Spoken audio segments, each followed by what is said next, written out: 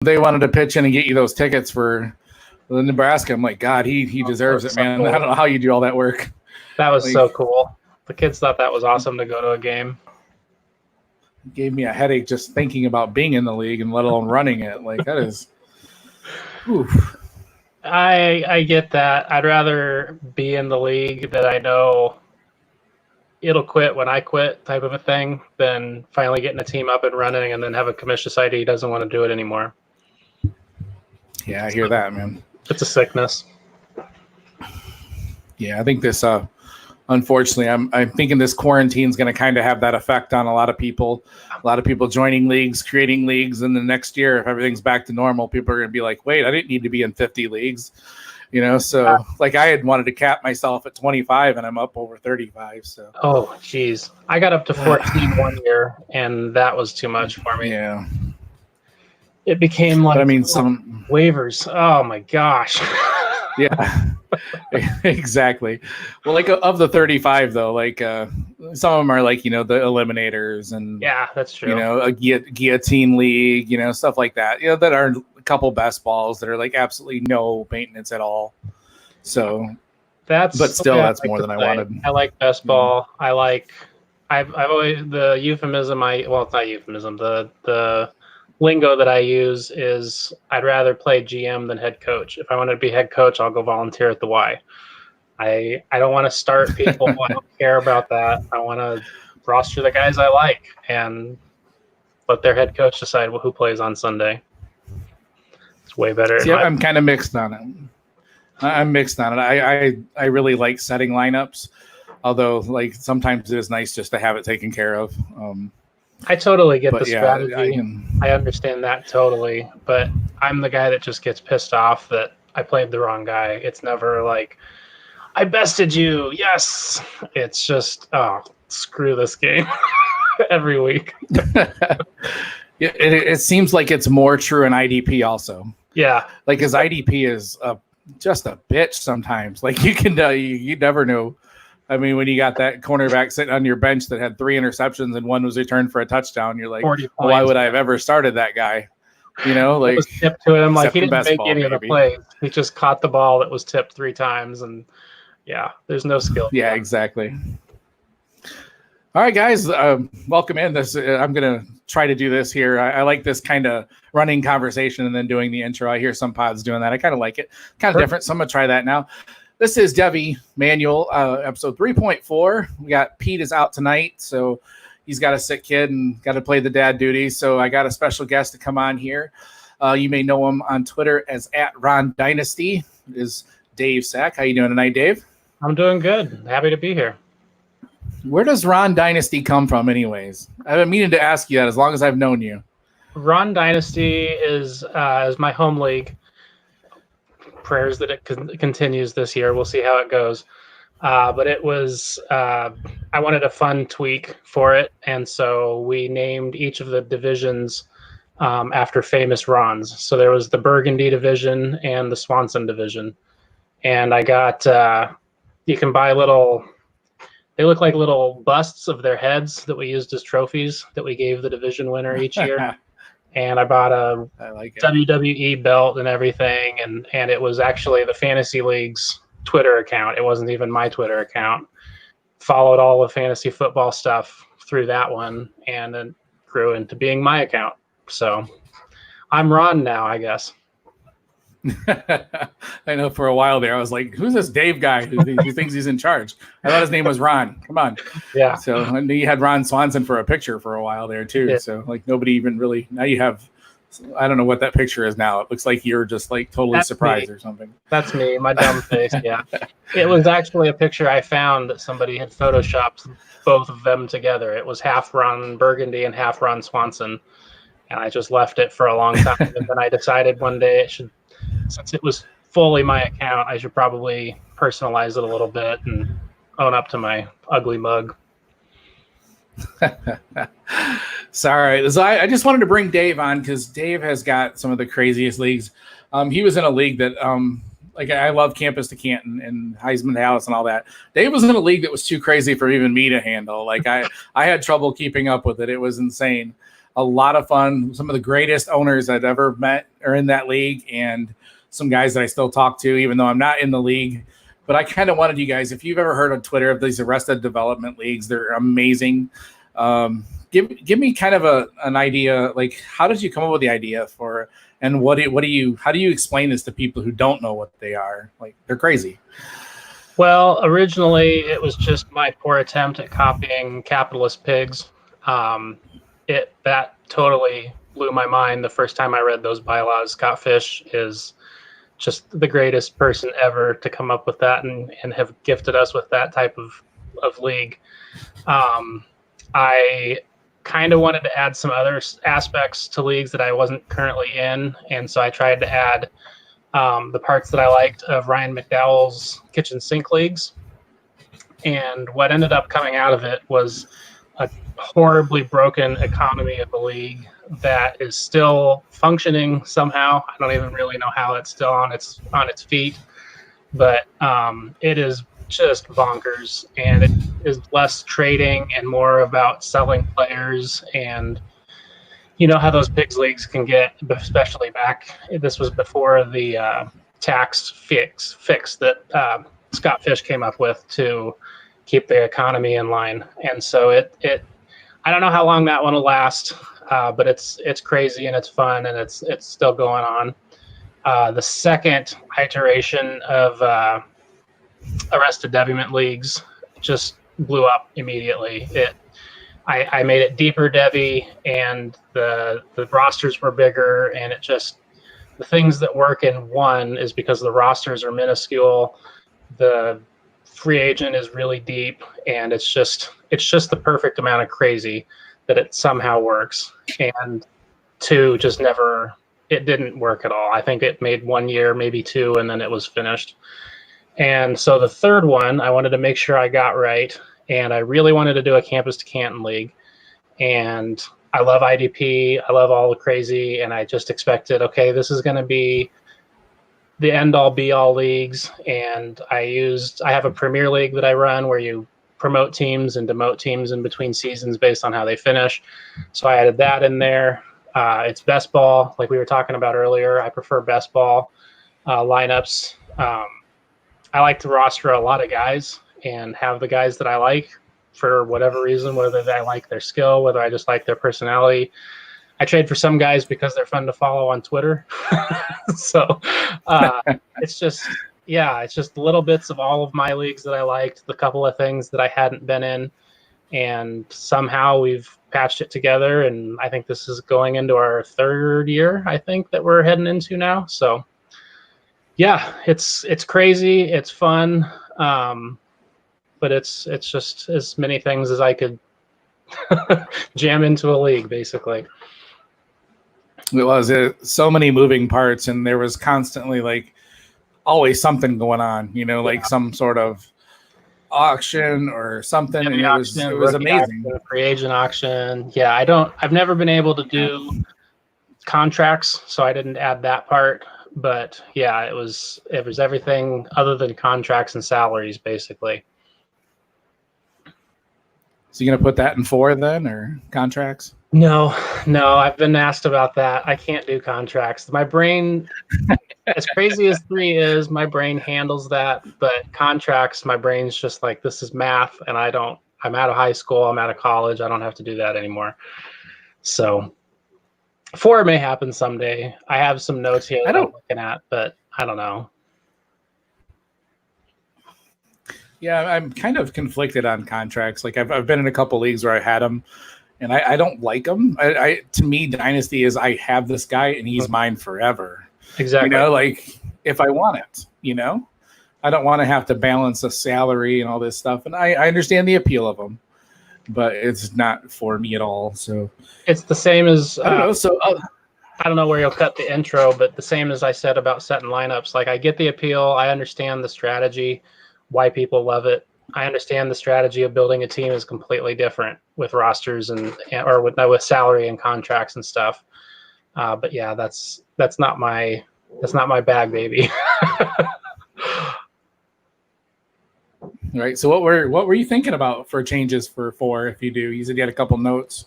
Well, I love hearing about league ideas. Like, yeah. If 4 was to happen and all of the crazy guys in 83 are just going to be heartbroken that I'm still talking about 84. But it was going to be superhero themed. I was going to add superheroes into the mix. And so it was going to be 90 teams, and I was going to cap it at, let me see here. I believe I had 8 copies of players and super crazy deep rosters like we have in 83. IDP, campus to Canton, have a full college league in there. Every single tournament that I could find that was different than anything you'd regularly see, I had that added to it. I had a World Cup every 4 years that was going to be in there. I had an Infinity Gauntlet. Obviously, I know you play in an Infinity Gauntlet league that you actually have the gauntlet that gets passed around. I think that's the most amazing thing I've ever heard. You need to talk more about that if you haven't already. But yeah, it was just going to have, I mean, way too much stuff. It should probably be 3 or 4 different leagues. But if it's ever going to happen, it's going to be me and probably 4 or 5, 6 other guys helping me run it. I don't know how much details you want to get into here with it, but yeah, it was. The more I started thinking about it, I was just like, I'm already so busy running the leagues that I have. If I start this is going to be the only one I'll be able to focus on, and I'll kill off all the rest of my leagues. I don't want to do that to all those guys. All of my leagues are 28 teams, 56 teams, 30 teams. There's a lot of crossover, but I mean, geez, just with those numbers, I don't want to let 50 guys down that they don't have leagues anymore, So I'm not going to say it'll never happen, but it'll take a special set of circumstances to be able to pull it off, I think, unfortunately. Yeah. It was always fun. We'd be in the 83 chat and just talking about, random stuff, and all of a sudden someone would post a picture of like a girl in a bikini with 84 on her bikinis or whatever, and like just this reminder, like, hey, it's gonna happen. Like his special gifs, like they were always pushing you. They were always pushing for it. So they still bring it up. I'd love to do it. There's so many things in here that I have never heard of in other leagues. Like I had a actual stock market idea, and one of the owners, brilliant guy in 83, Adam is his name, actually wrote a program, a spreadsheet and everything to run the numbers every month. And we were going to have it incorporate player ADP, and so you could still have values through the off season that were at least sort of changing, and then incorporate their score each week. So we had a whole actual stock market idea to use with the bankroll. I had an idea for the bottom 2 teams to be like the Thanos snap. So if you finished in the bottom 2 teams, you had to you had like lost your roster or something. It was crazy. So many too much stuff. Wow. I haven't looked at these notes for a while, so I was trying to reacquaint myself with them before it started. But it'd be a lot of fun. I know, and Peter is out there. He's tried to talk me into it too. He always brings it up and asks me stuff, and I don't know. I told too many people about it, so I feel like I'm letting them down if I don't do it. But it kind of I'm stuck between a rock and a hard place. You should slowly see if somebody can take over 83 or something. You'd almost have to. Yeah, man. There's been some guys stock market that have done that. The stock market, yeah. My mind's reeling. Mine's reeling on that one. That one sounds like a lot of fun. Yeah. Like you get like almost a way to use it for trading and stuff, and like yeah. And yeah, that one sounds like fun. Or you can add to their bankroll or take. Well, exactly. That sounds like a lot of fun. The fix we were going to do to try to get people, because people play fantasy football to play fantasy football. They don't play fantasy football to have a stock market. So we were going to create a secondary account that your tax money went into, and then you were free to use that money to invest with, so you could turn it into more money, and then you could have like a minimum withdrawal before you could pull it back into your main account or something like that, so that you kind of pushed them towards playing. I also love having side games in my leagues. Yes. One of them that we have in 83 that you were in was a gladiator match every week. Mm-hmm. So each team would pick whatever player they want from their team, and they'd have a $1 or $5 bankroll buy-in each week, and then there was $5 kicked in by the league, and the player that scored the most points that week got however big of a pot that was. I always thought that was a super fun idea. We could never get more than 3 or 4 people a week to play it, so it was kind of a better on paper than in practice idea. But all of these side games and the stock market and everything, the second account that we were going to use was kind of to push people towards dipping their toe in the deep end. But at the same time, you don't want to make a league where you have to force people to be involved in different aspects of it either. So... Right. Yeah, it's hard because you have so many owners that are good, but then life is busy. People have jobs, and it's hard. And you just have a week where your wife's on your shit, and you just can't. You can't focus on football. I don't know. I love my wife to death, but there are weeks where she's like, "Get away from that computer. Get away from your phone. So what are you doing? Are you checking scores? What are you doing? Get away from there." And I'm like, ugh. So we've all had those moments. Where. Well, and I was also looking at it with, 83, as crazy as it is, like, you're a great owner and you're in weird leagues. And we had Kurt, and he's a great owner. He almost won Scott Fishbowl a few years ago. And a couple other guys that I know are just fantastic owners. And they're in crazy, weird leagues. And it was too much. And I'm like, okay, well, I'm taking this league that's too much. And I'm trying to add 5 other leagues worth of stuff on top of it. Like, where's the crazy ever going to end? So behind you, that's where it's in. He's sneaking in. Your son, that's where it's. Yeah, he's like, what's going on? Hey. So, yeah, my daughter's having a sleepover with her cousin. I'm surprised we haven't heard some banshees shrieking from the other room yet. So it's been every 10 minutes or so they run through the house screaming. So it's been fun. It's too hot. Earlier they were acting. Yeah, maybe that's why they're not in here. Earlier they were acting stupid, just at each other's throats. And I played the Barney I Love You theme song like as loud as I could on YouTube, and they stopped right away and like went and played. So that's my secret weapon. That's it awesome. Worked, whatever. So for anybody, I think this is one thing that I think I have for years played in campus to Canton leagues, but I had not started one until just this last couple weeks. And it is so much work just to start a normal, simple campus to Canton league. With one player. Like if you have yeah, exactly. Like if any of my league mates are listening to you, I don't want your sympathy. Okay. So I'm just saying, and if you're out there and you're in one of these leagues, you appreciate what your commissioner does. Cause it is a pain to set up everything and to balance, the college side to be like the pro side to do this, and then we don't have a very good college site to begin with. I use Fantrax. It's about all the okay. Yeah. Like it's just meh. And it's kind of what we've got, so and it's trying to set up a league in there, like was just, ugh.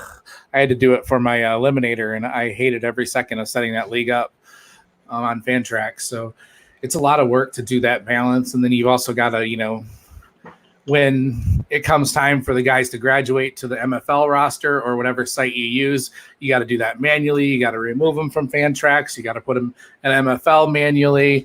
Yep. Like it's some work. It's already 2 leagues. And so you have twice as much work, no matter what. Before you ever do anything, there's twice as much work. And then, all of the other things, the loopholes, like you're talking about, getting them in from one site to the next. And it's an undertaking. I love it though. I don't think I'll ever join another. Yeah. Oh, I do too. Canton league. It's where it's at. Yeah.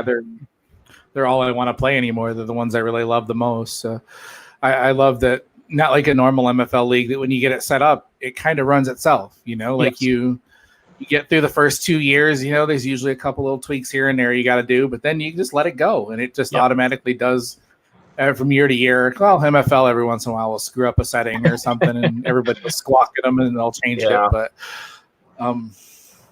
like we were talking a little bit about the Infinity War League with the Gauntlet, and I don't know if I've ever mentioned that on this show, but it is a fun one that I really like a lot, where we have superpowers that get played against each other, and we've got a good group of owners. That one had a lot of tying up loopholes and things like that. People found little loopholes in my powers that I created and stuff, but we've had like roster steals. Last year we had some guy one of the guys had traded for Melvin Gordon and let him sit on his bench for 4 weeks. Well, if he sits on a bench for 4 weeks, you get to steal him. So the other team had the ability to steal it and stole Melvin Gordon from him, and that caused quite a bit of stink in the league. But I imagine so. Because it's not normally a guy that good, not with 12. We start 12, I think, out of 25 man rosters. So there's usually usually you don't have a whole lot where you don't start a decent guy, especially when you get through the buys and things like that. So yeah, that makes pretty sense. Rare that there was a guy of that caliber sitting there, and people did not like the rule very much at that point. But so that was a fun one.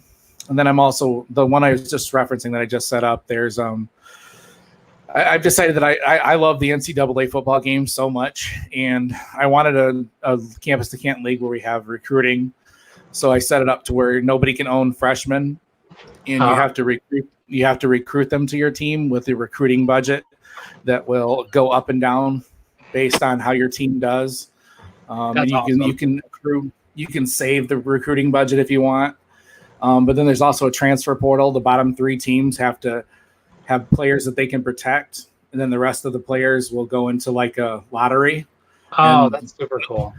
And they'll transfer. Like one of your guys will be off your team, and he'll go back into the draft or whatever. So I kind of like that, just a little twist. I didn't want to go crazy like 83 or 84 or anything like that. But like I said, I like little tiny twists without being too complicated and too crazy. But that's the sweet spot.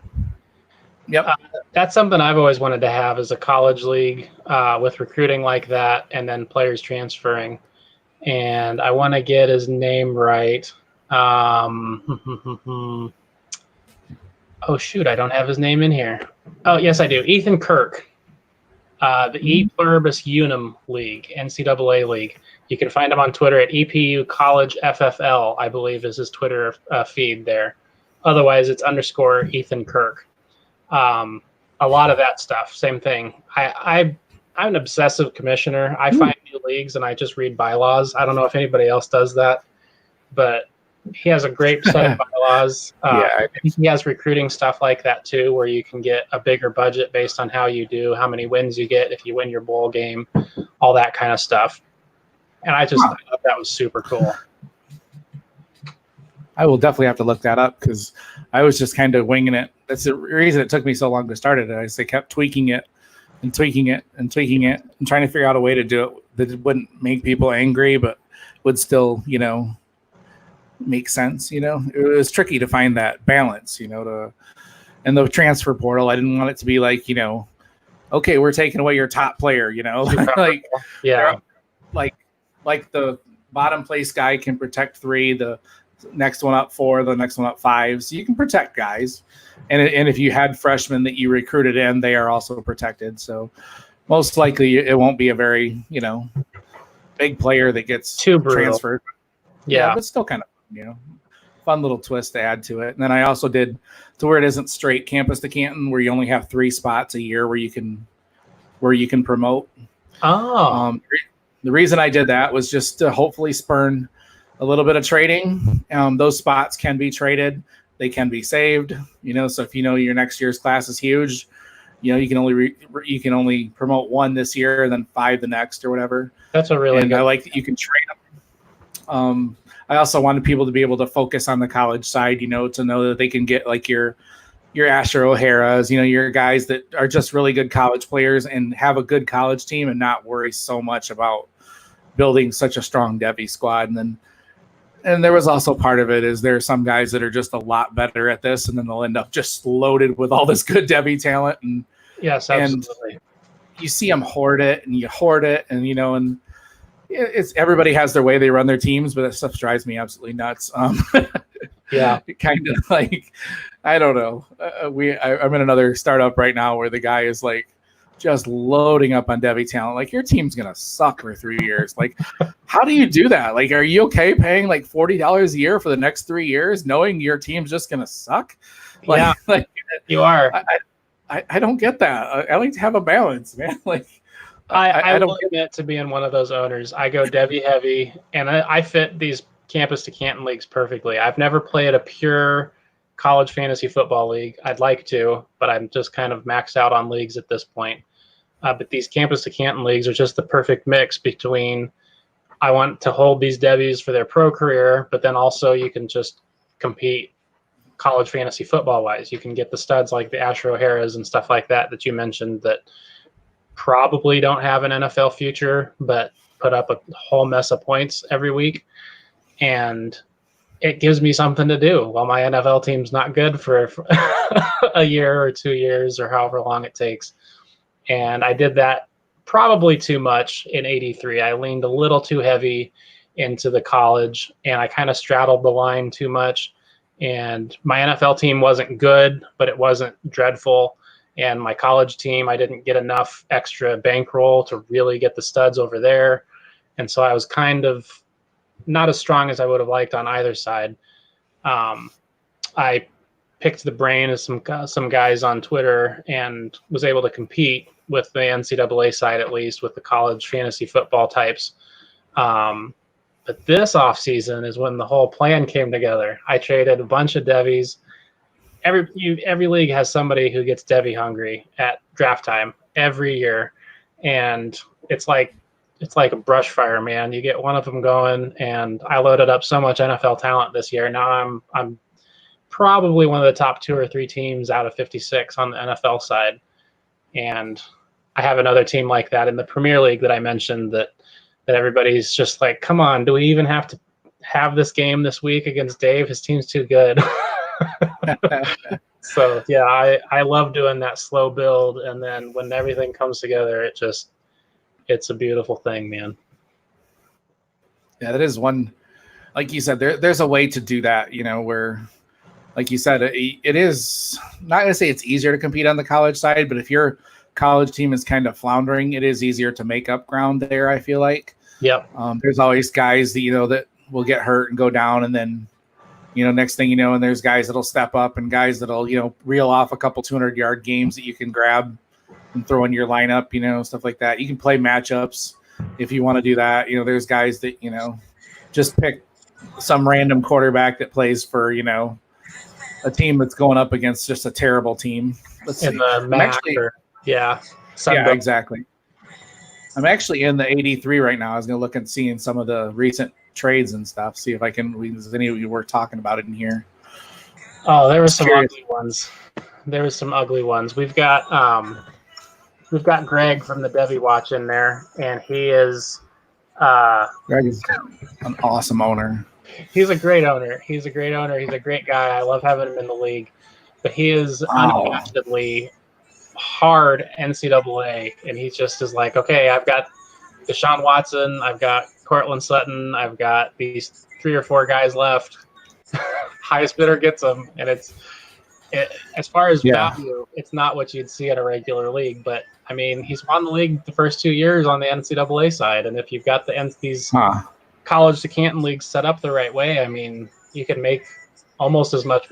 Usually, payouts are set up where the NFL side is a little higher because you want to have the goal is to have a NFL dynasty. Some of them split it right down the middle. There's no right way to do it. However you want to set the league up is fine. But, I mean, he's winning like 80% of what winning the NFL side would be. And so he knows these guys. He knows Devies. He knows the incoming freshmen better than anybody.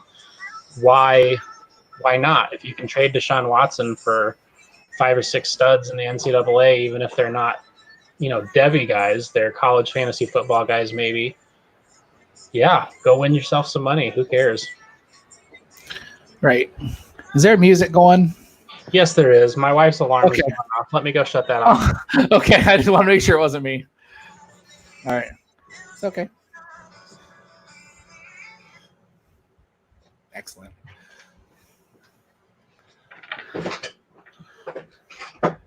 Sorry about that. Well, there's some things I can filter out, but that one I don't know if I can or not. So it What were wasn't we too talking about when we obnoxious. started? Is there something I can go back and talk about? No, it's good. It's all right.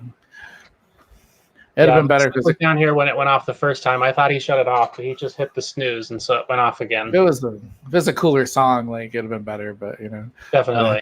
Definitely. Get some Metallica in there or something. Yeah, you got some not too many trades. I'm kind of surprised at this most recent one. $45 in blind bidding for Justin Ross. I don't know how much the blind bidding market is. Like that seems like a low price for Justin Ross, even with the uncertainty. That seems crazy. Yeah, when he got hurt, there was a few trades with Justin Ross that got swapped around pretty quickly. Bankroll leagues, this is one of those things when you try to cram all these different things into one league. Some people value bankroll more than others. Some people value Devy's more than others. So, what's a fair trade? I mean, yeah, this league's got so many moving parts that these trades are really hard to dissect. They're like I'm looking at them like I know how much is behind. All these picks have different values and things. So it's. This is the league that when you look it up on the NFL Trade Finder, everybody's like, "Who would make that trade?" Exactly.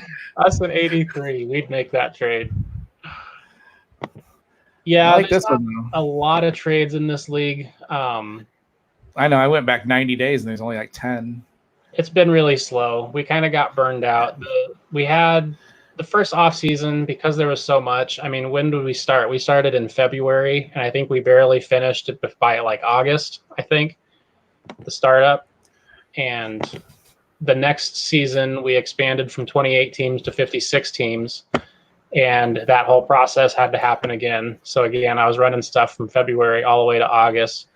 And this year we had a bunch of owners we had to replace. And so there was, I think, a 21 team dispersal. And so we had basically another start from February. We finally had a break around May. And I think everybody was just like, okay, finally, we don't have anything going on. And so that's what's hard. So hard in these leagues is, and I felt terrible when I left, was that it's so hard to explain to someone new the dichotomy of this, universe. Like there's so many parts moving, that you can explain it, you can put bylaws in front of it, but there's still going to be questions every 2 weeks, it's just there's so many moving parts, and it's so hard to recruit new owners. 21, geez,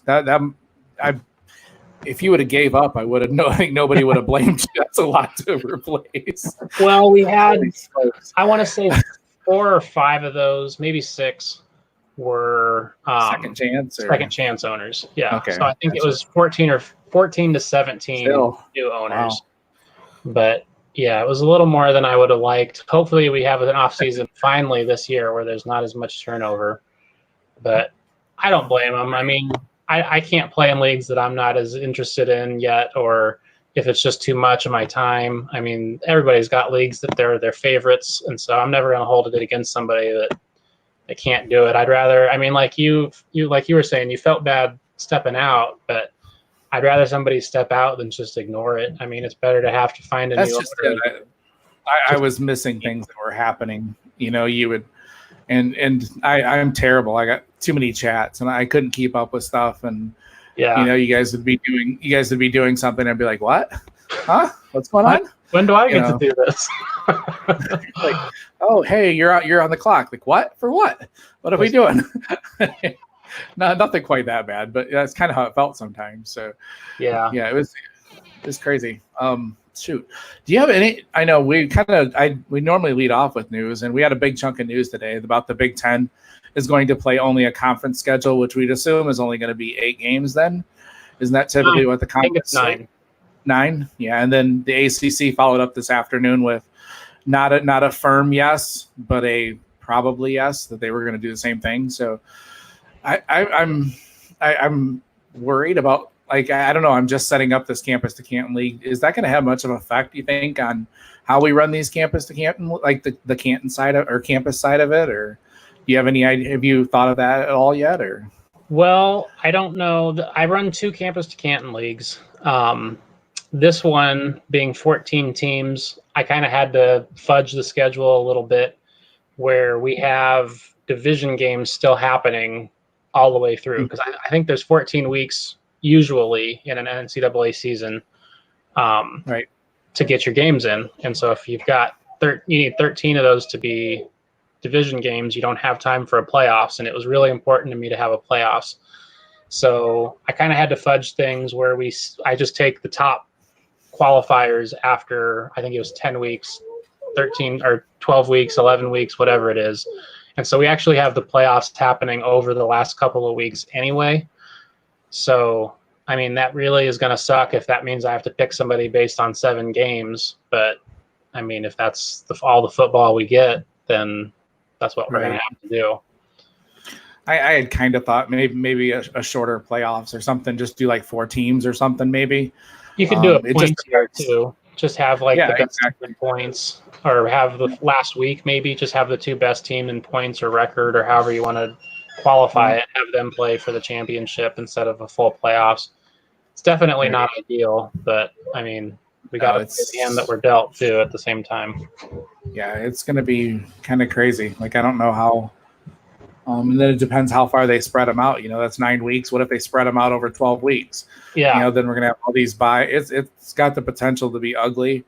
But I think as long as everybody I think everybody is of this. I hope all the owners are understanding, you know, that this is not obviously ideal. You know, this is not, obviously not what anybody wants, you know. And I hadn't heard about the ACC yet. Like, okay, so if all these conferences do that, what's going to happen to like Notre Dame? Do they just not get to play football this year? The ACC did say they would still honor their Notre Dame game. Their Notre Dame game? Okay. Or games. I don't know how many they play, but maybe this will be the year that finally gets them into a conference then. Like they should have been in the first place. Give them a push, yeah. They'll play the Ivy League. Oh, wait, never mind. The Ivy League's not playing at all this year. Not this year. Crazy. Man. Yeah, just so much uncertainty. Like my eliminator, I talked to the guys about it today, you know, that we would just, play till, each week the lowest team would fall off. And then when we get to the end, if there's 4 teams left, the highest scoring team will win, basically, kind of like we're just going to have to roll with it. And, hopefully it's not, this is obviously not ideal. And hopefully the NFL doesn't follow suit. If they shrink down to like 12 games or something like that, holy crap, like this could be. Well, and they just said today too, I saw that you're going to have people get eliminated game day. Like they get to the stadium, they'll take their temperature. If they have 100-degree temperature, they can't be on the sidelines that day. So, I mean, the gambling that happens, our fantasy lineups, is every league going to adopt a substitute player or something? Like basically all my leagues are best ball leagues. So at least, we're protected from that. But oh man, this is going to be a mess of a year for sports gamblers and fantasy players. I don't know. I don't know what's going to happen. And I don't know about you, but I don't have any huge money leagues either. No. Like these guys that put up $500,000s of dollars, and I mean, God, these guys are going to be out a lot of money. Yeah. I mean, I'll be out some, but whatever. I don't ever. But I try to cap myself at $50. So hopefully my wife doesn't. She has no idea how much I spend. $5, buddy. $5 is what I meant to say. Yes. $10 a league times 40. Yes, that's it, honey. That's up. So I don't know. It's got God, as long as there's some college football, though. I know that sounds terrible, but yeah, I hope there's something, But at the same time, if there isn't, if it's what it takes to keep us safe, it's kind of where I'm at, I kind of wondered if they'd just go to the springtime. I kind of liked that idea when I'd heard about it, but I mean, then you look at also I saw somebody say those draft eligible players would be playing from December 2020 through February 2022. It's like, oh my God, play, that's 15 months straight of football is, ugh. No. Ray Garvin pointed that out. And I think it's obvious if it went to spring, most draft eligible players would not play. Like I don't think I can't imagine there's nothing to gain. Not when they're going to play till March or April, then get drafted. 2 weeks later. Mm-hmm. That's to get a paycheck. I understand, but most of them are not going to put their body on the line. And I wouldn't blame them. So. maybe like I heard a split season would be nice. Maybe 4 in the fall, 4 in the spring. That would be interesting. Not quite as bad. But then I hope they get rid of all those dumb bowls. I know that sounds stupid, but let's just get rid of them all for 1 year, and just do like 8 bowls or something, and just do like ones.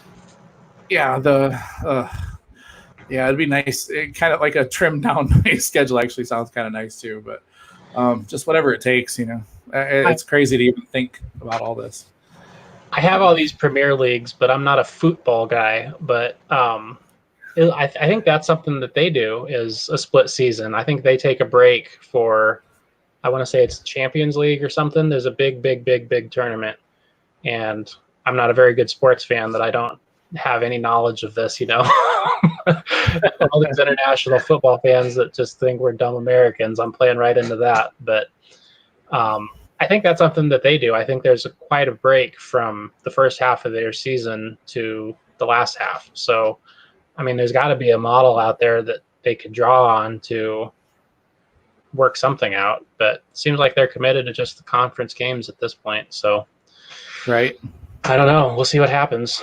And what happens if, what if this isn't a 1 year thing? What happens if this goes into next year? Like, what's sports going to look like? It's crazy. Oh, we don't have to think about that. Normal eventually. I think baseball and basketball, what they're doing right now will be a good test, like a litmus test kind of, to see how they handle it and how the crowds and things. There's really not much of a crowd, but like how it all goes down. It's crazy.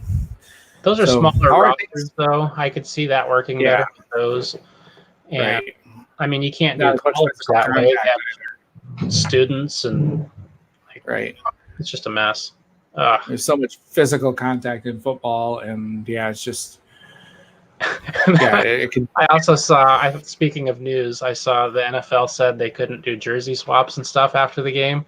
So it's like you could slam into each other for 4 hours, but you can't stand next to each other for 15 minutes afterwards. Come on, good Lord. Not like he's going to put it on and wear it home. Come on now. Yeah, he's all over it beforehand like Rudy Gobert did last year. Come on. Oh, my God. Let them do what they're going to do. If you're going to make them play, at least let them have fun. But it's so clueless. For a reason. Oh, yeah. No kidding, man. Gosh, I don't know.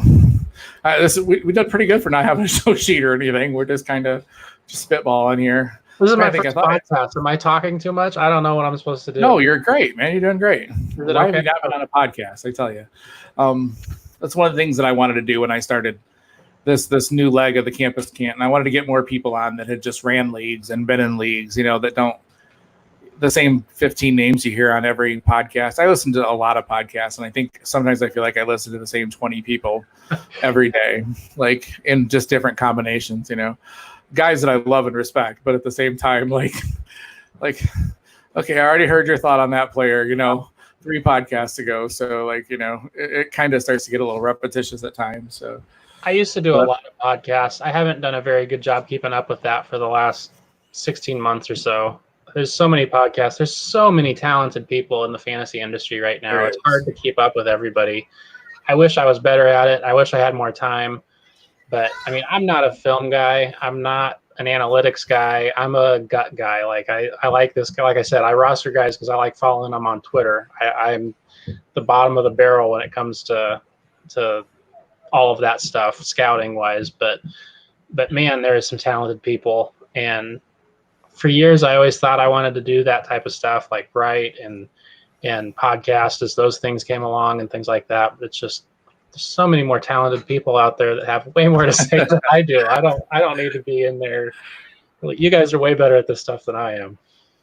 Well, that's why I tend to be a gut guy too, and I tend to, I have my opinions and things like that, but I'm not very confident in them yet. And something I'm working on, that like I see a guy and I see something I like and my gut tells me this, and I need to just say it, and just be like, this is because most of us are going to be wrong anyways. Yeah. So, just be confident in what you say and stuff like that. So it's tricky.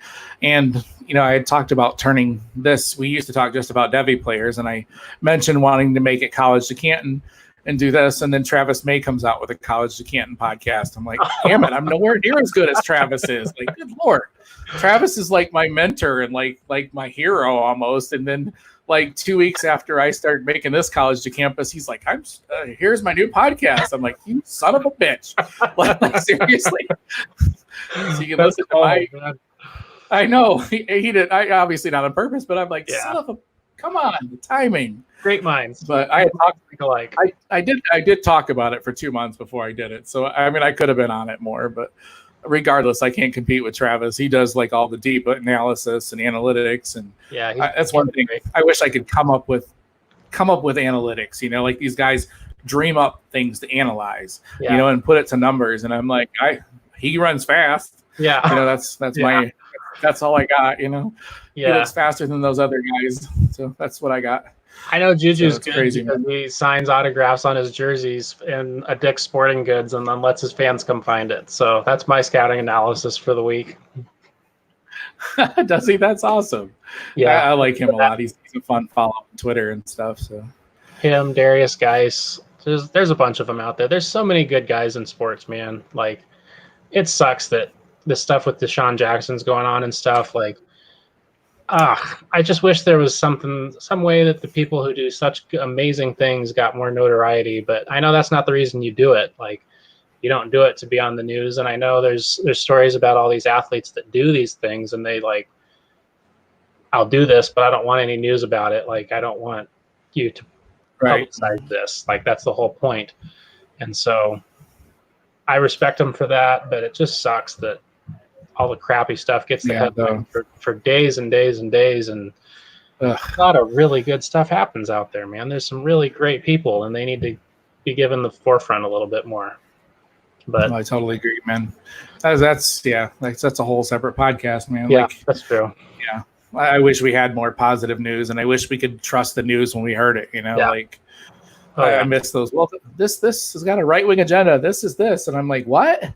Yeah, like, news doesn't report what happens. That's what I thought news did, you know. But everybody has a spin on it. So my cousin keeps up with politics. I've never been able to plug into politics. Exactly that reason. It's like you watch one side and you know that they're trying to convince you of their reason, and you watch the other side, and well, that first side was an idiot because of what they said, and I just want to know what's happening. I don't want your opinion on it. Just tell me what's happening and let me decide that, please. Okay. We can't go too much further in this, or we'll get flagged. And Sports. Trump will yell at us. Yes. Trump will put some tweet about us being stupid or something. All right, man. Here we are. All right. So this is anybody. You got anything you want to say to everybody? Everybody, if you do not follow at Ron Dynasty, Dave's a great follow, man. He's just got just a good guy. Like you said, he goes with gut feelings. He runs some really good leagues. I'm sure if anybody had a question, you would answer it, you know, Absolutely. About a league setting, all that. You've done some things on MFL. The way your pages are set up is just absolutely beautiful. I actually highly recommend, if you get a chance, go up to that MFL search and just search Arrested Devy Mint and look at the way the page is set up. I don't know how he does it, but it's magic wizardry. It is a beautiful page setup. It is laid out like no MFL page I've ever seen, man. Like, I don't know how you do it. It is an awesome site.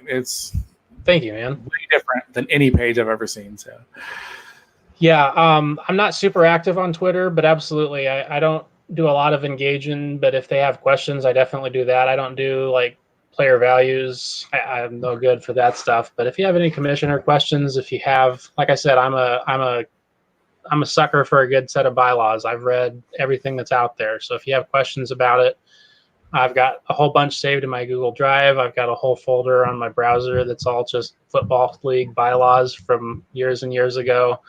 I've got a bunch of my own. So can't find something on my fantasy league, need some help with bylaws, whatever, I'm happy to help with all that stuff for sure. Absolutely. Yeah. Hit me up. Awesome. All right. You can find me at FF People's Champ. Just, lately just getting my crazy league running and going, and then writing a whole bunch of stuff for DLF. I got a couple college team previews coming up, and nice. you can find this this podcast at Devy Manual on Twitter, and never hesitate to shoot us a question. We will answer player value questions as best we can. So, and we will next time we will talk to you guys. We're gonna get back on our player previews. We'll talk about some running backs next time. So we will talk to you guys in a couple weeks. Take care. I never know how to end these things. Yeah. That's the way I am on the phone. I hate phone calls because I'm always like, well, okay. What would you do? Later.